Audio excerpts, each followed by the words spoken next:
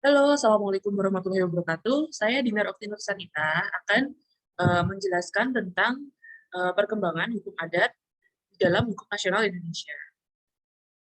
Pertama, saya akan menjelaskan tentang konstitusi kita. Sebelum amandemen, secara tegas menunjukkan kepada kita pengakuan dan pemakaian istilah hukum adat. Setelah amandemen konstitusi, hukum adat diakui bagaimana dinyatakan dalam UUD 1945 pasal 18B ayat 2 yang menyatakan bahwa negara mengakui dan menghormati kesatuan-kesatuan masyarakat adat, masyarakat hukum adat, beserta hak-hak tradisionalnya sepanjang masih hidup dan sesuai dengan perkembangan masyarakat dan prinsip negara kesatuan Republik Indonesia. Yang kemudian hal itu diatur dalam undang-undang. Nah, berdasarkan pada apa yang dikemukakan di atas, maka kajian terhadap kedudukan hukum adat dalam sistem hukum nasional itu menarik untuk kita bahas. Dan juga untuk mempertahankan dan memelihara keberadaan hukum adat dan mengungkapkan beberapa hal yang dipandang penting untuk menjadikannya sebagai hukum yang tertulis. Nah, hukum adat itu adalah hukum yang berlaku dan berkembang dalam suatu lingkungan masyarakat di suatu daerah. Ada beberapa pengertian mengenai hukum adat. Kalau saya mengutip ya, Harjito Notopuro, hukum adat adalah hukum yang tak tertulis. Hukum kebiasaan dengan ciri khas yang merupakan pedoman kehidupan rakyat dalam menyelenggarakan tata keadilan dan kesejahteraan masyarakat dan bersifat kekeluargaan. Menurut Supomo, hukum adat adalah sinonim dari hukum tidak tertulis dalam peraturan legislatif, hukum yang hidup sebagai konvensi di badan-badan negara, parlemen, dewan provinsi, dan sebagainya. Terus hukum yang hidup sebagai peraturan kebiasaan yang dipertahankan dalam pergaulan hidup, baik di kota maupun di desa-desa. Menurut Cornelis van Vollenhoven, hukum adat adalah himpunan peraturan tentang perilaku bagi orang pribumi dan timur asing pada satu pihak mempunyai sanksi karena bersifat hukum dan pada pihak lain berada dalam keadaan yang tidak dikodifikasikan.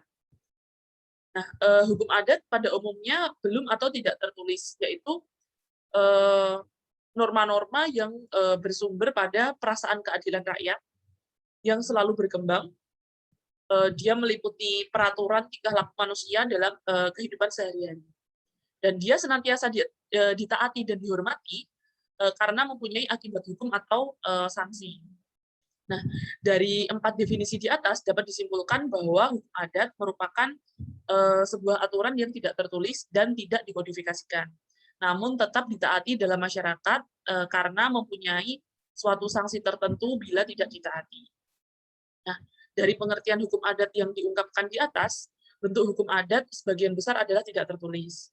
Padahal dalam sebuah negara hukum berlaku sebuah asas, yaitu asas legalitas. Asas legalitas itu menyatakan bahwa tidak ada hukum selain yang dituliskan dalam hukum. Nah, hal ini untuk menjamin kepastian hukum. Namun di satu sisi bila hakim tidak dapat menemukan hukumnya dalam hukum tertulis, itu suatu hakim harus dapat menemukan hukumnya dalam aturan yang hidup di masyarakat. Diakui atau tidak, namun hukum adat juga mempunyai peran dalam sistem hukum nasional di Indonesia. Nah, kemudian dalam UUD 1945, terus tidak ada satu pasal pun yang memuat dasar-dasar atau perundang-undangan berlakunya hukum adat itu. Menurut pasal 11 aturan peralihan UUD, maka bunyinya begini. Segala badan negara dan peraturan yang ada masih langsung berlaku selama belum diadakan yang baru menurut Undang-Undang Dasar ini. Nah, sebelum berlakunya UUD, maka berlakulah yang namanya UUDS 1950 kan. Terus habis itu dalam Undang-Undang UUDS 1950 itu dalam pasal 104 ayat 1 mengatakan bahwa segala keputusan pengadilan harus berisi alasan-alasan dan perkara dan dalam perkara hukuman menyebut aturan-aturan undang-undang dan aturan-aturan hukum adat yang dijadikan dasar hukuman itu. Tetapi ketentuan ini, jika kita mengartikan hukum adat itu seluas-luasnya, memuat suatu Grundwettelijk grondslag atau dasar konstitusional. berlakunya hukum adat. Nah, sampai sekarang belum diberikan dasar hukum penyelenggaraannya atau undang-undang organiknya. Dasar perundang-undangan berlakunya hukum adat yang berasal dari zaman kolonial dan yang pada zaman sekarang masih tetap berlaku, yaitu pasal 131 ayat 2 sub BIS, menurut ketentuan tersebut, maka bagi golongan hukum Indonesia asli dan golongan hukum timur asing berlaku hukum adat mereka. Tapi, bila mana keperluan sosial mereka memerlukannya, maka pembuat ordonansi dapat menentukan bagi mereka: 1, hukum Eropa, 2, hukum Eropa yang telah diubah, 3, hukum bagi beberapa golongan bersama, 4, hukum baru, yaitu hukum yang merupakan sintes antara hukum adat dan hukum Eropa. Nah, eksistensi hukum adat dalam hukum nasional di Indonesia sendiri itu, hukum adat tumbuh dari cita-cita alam pikiran masyarakat Indonesia. Maka hukum adat dapat dilacak secara kronologis sejak Indonesia masih terdiri dari kerajaan-kerajaan yang tersebar di seluruh wilayah Nusantara. Nah, realitas sosial budaya itu dikonstruksi oleh pujangga yang satu dan oleh pujangga yang lain, serta dikonstruksi kembali oleh pujangga berikutnya gitu. Hal ini dapat dilihat gitu pada masa Sriwijaya, masa Mataram kuno, masa Majapahit. Ada beberapa inskripsi atau prasasti gitu, yang menggambarkan perkembangan hukum yang berlaku, yang telah berlaku pada masyarakat saat itu. Misalnya, kita bisa lihat ada aturan tentang keagamaan, aturan tentang perekonomian, aturan tentang pertambangan, itu dimuat dalam prasasti Raja Sanjaya pada tahun 732 di Kedu, Jawa Tengah. Terus kemudian ada juga prasasti yang dia mengatur tentang keagamaan dan kekaryaan, itu dimuat dalam prasasti Raj Dewa Simha tahun 760 Masehi. Terus ada hukum tentang pertanahan dan pertanian. Nah, itu juga diatur dalam prasasti Raja Tulodong di Kediri tahun 784 dan prasasti tahun 919 yang memuat jabatan pemerintahan, hak raja atas tanah, dan ganti rugi. Nah, kemudian ada juga loh hukum yang mengatur tentang peradilan perdata, itu dimuat di prasasti Bulai Raka Garung tahun 860. Terus prasasti raja untuk menyusun aturan adat, nah itu ada di prasasti Dharma Wangsa. Terus kemudian pada masa Prabu Erlangga, adanya penetapan lambang materai kerajaan berupa kepala burung Garuda, pembangunan perdikan dengan hak-hak istimewanya, penetapan pajak penghasilan yang harus dipungut oleh pemerintah pusat. Kemudian pada masa Majapahit, tampak dalam penataan pemerintahan dan ketatanegaraan kerajaan Majapahit, adanya pembagian lembaga dan badan pemerintahan. Setelah jatuhnya Majapahit, itu maka kerajaan Mataram sangat diwarnai oleh pengaruh Islam dan kemudian dikenallah yang namanya peradilan Kisos.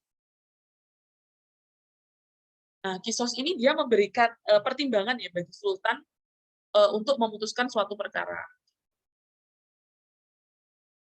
Kemudian ada lagi namanya peradilan padu, yaitu peradilan yang dia menyelesaikan perselisihan antar perorangan oleh yang namanya peradilan desa. Ini dilakukan secara damai ya, jadi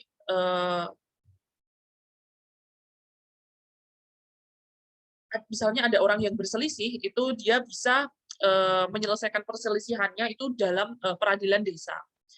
Terus kemudian ada lagi di Cirebon. Di Cirebon ini ada yang namanya peradilan agama yang memutus perkara yang membahayakan masyarakat umum. Peradilan di Krama yang di Cirebon ini dia memutus pelanggaran adat dan perkara lain yang tidak masuk peradilan agama. Dan peradilan Cilaga adalah peradilan dalam hal perekonomian, perdagangan, jual beli, dan hutang piutang. Nah, dari contoh di atas sih menunjukkan bahwa sebenarnya tatanan hukum asli yang telah berlaku di berbagai daerah di masa kerajaan-kerajaan terdahulu itu yang kemudian kita kenal sekarang ya di wilayah yang kita kenal sebagai Indonesia itu sebenarnya bersumber dari masyarakat asli gitu, baik itu berupa keputusan penguasa maupun hukum yang berlaku di masyarakat tersebut. Sekarang pada masa Hindia Belanda. Nah, pada awalnya hukum asli masyarakat itu yang kemudian kita kenal sebagai hukum adat itu oleh VOC dibiarkan apa adanya. Namun kemudian sikap VOC itu berubah. Satu, dia sikapnya tidak selalu tetap gitu, jadi berubah-ubah tergantung kepentingan VOC. Terus yang kedua, VOC itu tidak mau dibebani dengan persoalan administrasi yang tidak perlu gitu. Jadi mereka nggak mau ribet dengan hukum adat itu. Nah, terus yang ketiga, terhadap lembaga-lembaga asli, VOC itu bergantung pada kebutuhan politiknya atau opportunities politik. Yang keempat, VOC hanya mencampuri urusan perkara pidana guna menegakkan ketertiban umum dalam masyarakat. Yang kelima, terhadap hukum perdata diserahkan dan membiarkan hukum adat itu tetap berlaku. Jadi pada masa Dendels itu hukum pidana adat itu bisa diubah dengan pola Eropa gitu apabila perbuatan pidana yang dilakukan dapat mengganggu ketertiban umum. Itu jadi yang awalnya biasanya di daerah itu pakai hukum adat, pada masa itu bisa digunakan hukum Belanda gitu. Hukum adat tidak digunakan lagi karena membahayakan ketertiban umum. Terus yang kedua, apabila perbuatan pidana bila dituntut berdasarkan atas hukum pidana adat dapat mengakibatkan si pelaku bebas gitu. Jadi tergantung kepentingannya VOC gitu. Kalau itu menyebabkan pelakunya bebas atau itu sekiranya hukumannya lebih ringan, itu dia bisa hukum adat bisa tidak diberlakukan gitu. Dia bisa dipidana dengan hukum kolonial. Terus perkembangan hukum adat pada masa Dendels itu bernasib sama dengan masa-masa sebelumnya, yakni disubordinasikan atau dia diletakkan di bawahnya hukum Eropa, terkecuali untuk hukum sipil, termasuk hukum perdata dan hukum dagang. Dendels tetap membiarkan sebagaimana adanya menurut hukum adat masing-masing. Jadi kalau di hukum pidana adat itu dia diletakkan di bawahnya hukum Eropa. Tapi kalau hukum sipil, hukum privat gitu ya, hukum perdata, hukum dagang itu masih hukum adat masih tetap digunakan. Terus VOC juga melihat bahwa derajatnya hukum adat itu lebih rendah daripada hukum Belanda. Maka pada masa penjajahan Inggris, pada masa Raffles itu hal yang menonjol adalah adanya keleluasaan dalam hukum dan peradilan dalam menetapkan hukum adat. Nah, asal ketentuan hukum adat tidak bertentangan dengan universal and knowledge principle of natural justice atau knowledge principles of substantial justice, pada perkembangan lanjutan politik hukum adat itu tampak pada pemerintahan penjajahan Belanda. Ketika dimulainya politik unifikasi hukum dan kodifikasi hukum melalui panitia Scholten, diantaranya Algemeen Bepalingen van Wetgeving voor Nederland Indië atau EBI, ketentuan hukum tentang peraturan perundang-undangan di Hindia Belanda atau Burgerlijk Wetboek atau Wetboek van Kopenhandel, Reglement of Rechtelijk Organisasi en het Beleid de Justitie atau RO, maka dalam perkembangannya terbentuklah unifikasi dalam pengaturan hukum pidana bagi golongan Eropa, Timur Asing, dan pribumi dengan dibentuknya Wetboek van Strafrecht sebagai tiruan Belanda yang meniru Belgia karena asas konkordansi ya itu. Karena pada saat itu Belanda sedang dijajah Belgia dan mereka menetapkan asas konkordansi. Kemudian pribumi dan Timur Asing ini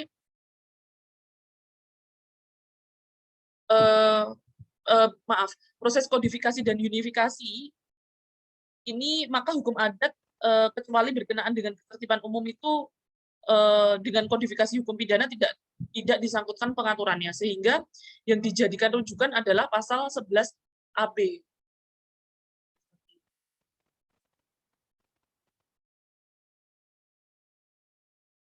Nah, pasal 11 AB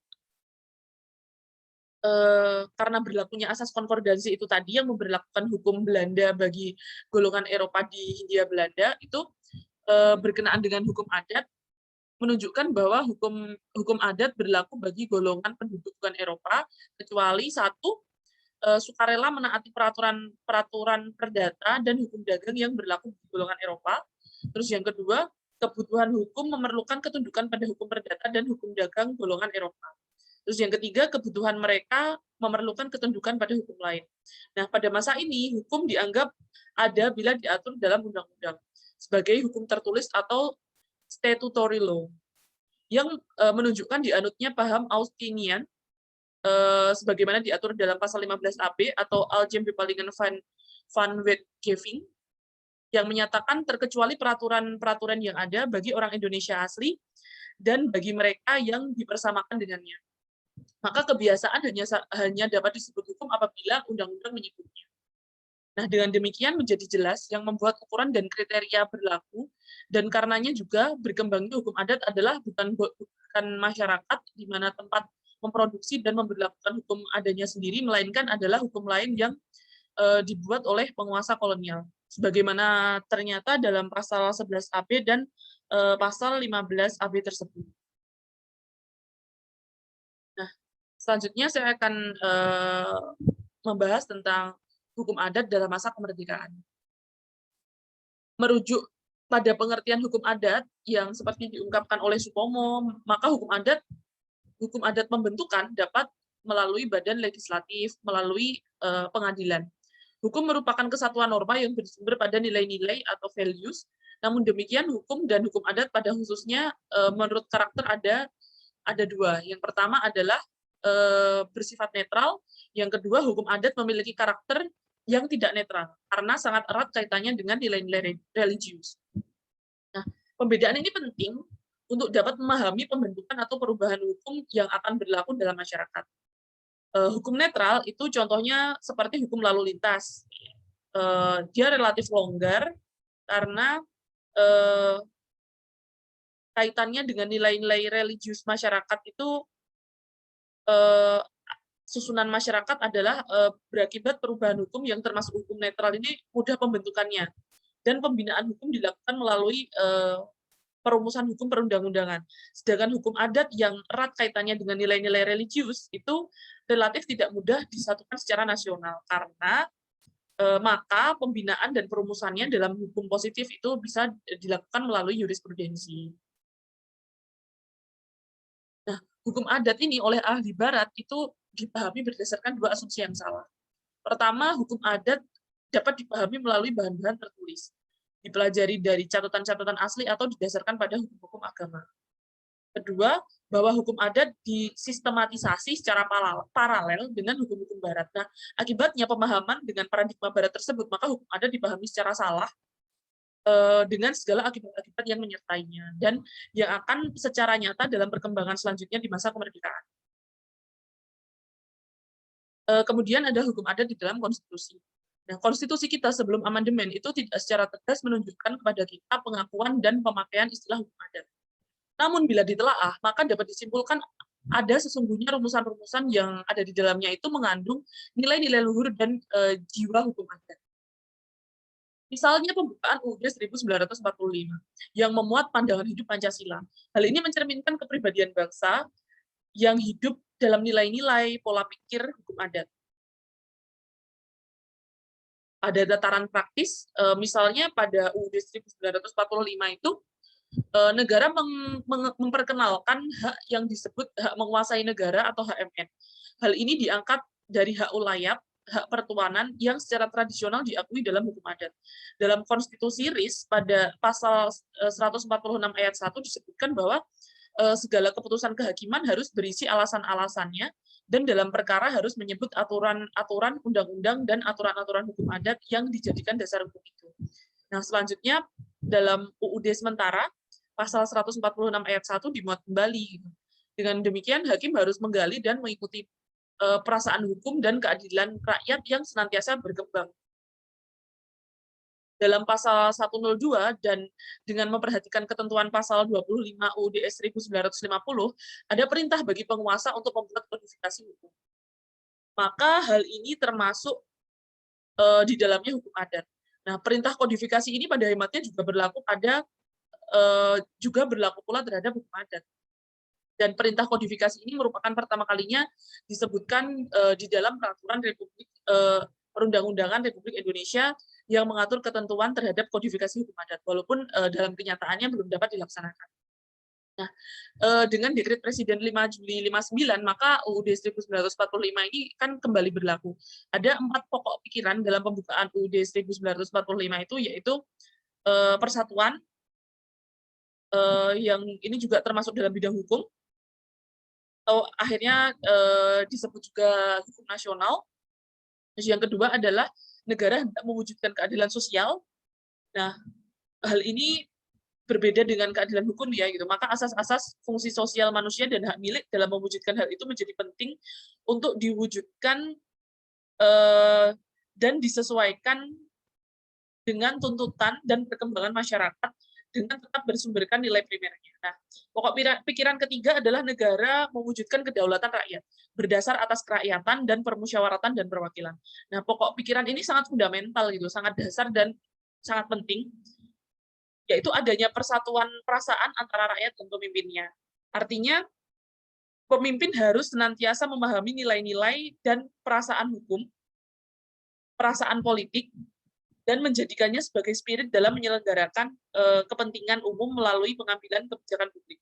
Nah, dalam hubungan itu, maka ini mutlak diperlukan karakter manusia, pemimpin publik yang memiliki watak berani, bijaksana, adil, dan menjunjung kebenaran.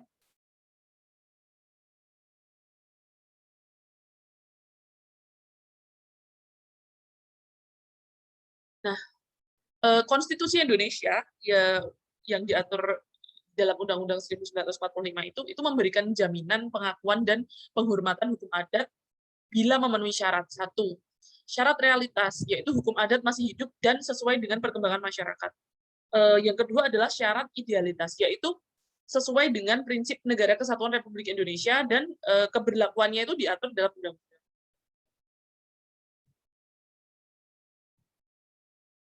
Nah, sedangkan TAP MPR sendiri itu tidak memberikan tempat secara formil ya hukum adat sebagai hukum perundang-undangan. Karena di TAP MPR itu yang hukum perundang-undangan yang diatur oleh TAP MPR itu kan satu Undang-Undang Dasar 1945, terus kedua Ketetapan MPR, ketiga Undang-Undang atau Perpu, keempat peraturan pemerintah, terus kelima peraturan daerah. Nah, itu tidak memberikan tempat yang spesifik terhadap hukum adat gitu, kecuali hukum adat itu dalam wujud sebagai hukum formal gitu ya, yang dia diakui sebagai perundang-undangan, kebiasaan, putusan hakim atau pendapat para sarjana.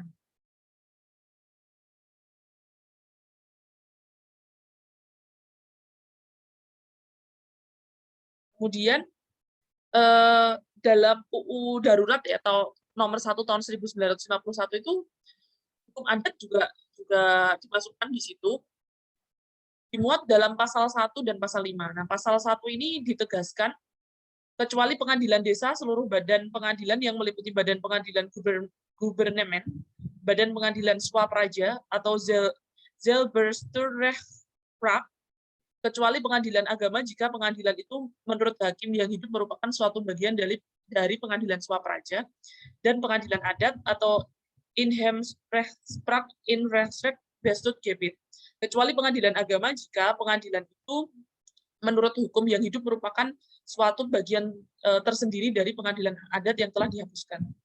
Selanjutnya adalah pasal 5 ayat 3, sub B, hukum material sipil, dan untuk sementara waktu pun hukum material pidana sipil sampai kini berlaku untuk kaula-kaula daerah swapraja dan orang-orang yang dahulu diadili oleh pengadilan adat. Ada tetap berlaku untuk kaula-kaula dan orang-orang itu dengan pengertian perbuatan-perbuatan yang menurut hukum yang hidup harus dianggap sebagai perbuatan pidana itu, akan tetapi tidak ada bandingannya dengan KUHP sipil, maka diancam dengan hukuman yang tidak lebih dari 3 bulan penjara dan atau denda 500, yaitu sebagai hukuman pengganti bila mana hukuman adat yang dijatuhkan tidak diikuti oleh pihak terhukum. Nah, bahwa bila mana hukum adat yang dijatuhkan itu menurut pikiran hakim melampaui pidananya dengan kurungan atau denda, maka dapat dikenakan hukuman pengganti setinggi 10 tahun penjara. Dengan pengertian bahwa hukum adat yang menurut paham hakim tidak selaras lagi dengan syariat. Nah, bahwa suatu perbuatan yang menurut hukum harus dianggap perbuatan pidana dan yang ada bandingannya dengan KUHP sipil, maka dianggap diancam dengan hukum yang sama dengan hukum bandingannya yang paling mirip dengan perbuatan itu. Ketentuan tersebut berusaha untuk menghapus hukum pidana adat berikut sanksinya bagi pribumi dan orang-orang timur asing dengan peradilan pidana adat. Kecuali hanya diselenggarakan oleh peradilan umum, peradilan agama, dan peradilan desa atau hakim perdamaian desa. Kemudian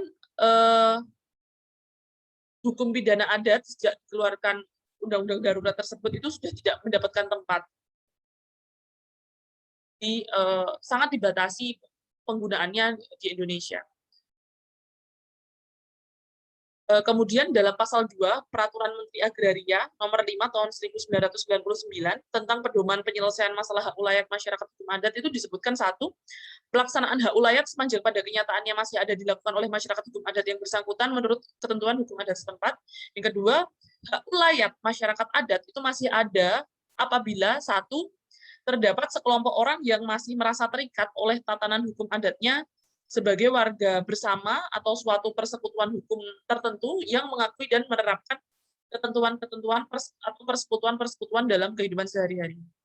Yang kedua, terdapat tanah ulayat tertentu yang menjadi lingkungan hidup para warga persekutuan hukum tersebut dan tempatnya mengambil keperluan hidupnya sehari-hari.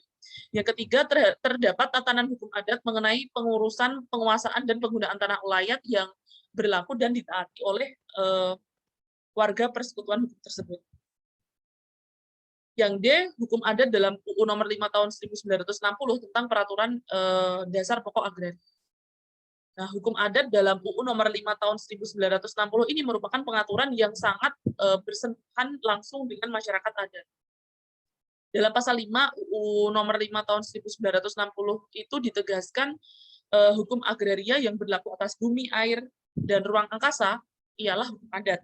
Sepanjang tidak bertentangan dengan kepentingan nasional dan negara yang berdasarkan persatuan bangsa dengan sosialisme Indonesia serta dengan peraturan yang tercantum dalam undang-undang ini dan dengan peraturan undang-undang lainnya. Segala sesuatu yang mengindahkan unsur-unsur yang bersumber pada hukum agama. Nah, dalam penjelasan undang-undang itu disebutkan bahwa hukum adat yang disempurnakan dan disesuaikan dengan kepentingan masyarakat dalam negara modern dan dalam hubungannya dengan dunia internasional serta sesuai dengan sosialisme Indonesia. Nah, hukum adat yang dimaksud ini adalah bukan hukum adat asli yang senyatanya berlaku dalam masyarakat adat, melainkan hukum adat yang sudah direkonstruksi, yaitu hukum adat yang sudah disempurnakan, disanir, modern, yang menurut Muhammad Kusnu itu menganggap hukum adat yang ada dalam UU PA itu telah hilang secara material karena dipengaruhi oleh lembaga-lembaga dan ciri-ciri hukum barat atau telah dimodifikasi oleh sosialisme Indonesia sehingga yang tersisa hanya formulasinya saja. Sedangkan hukum agraria itu hanya memberlakukan hukum adat ini pada hal-hal tertentu saja.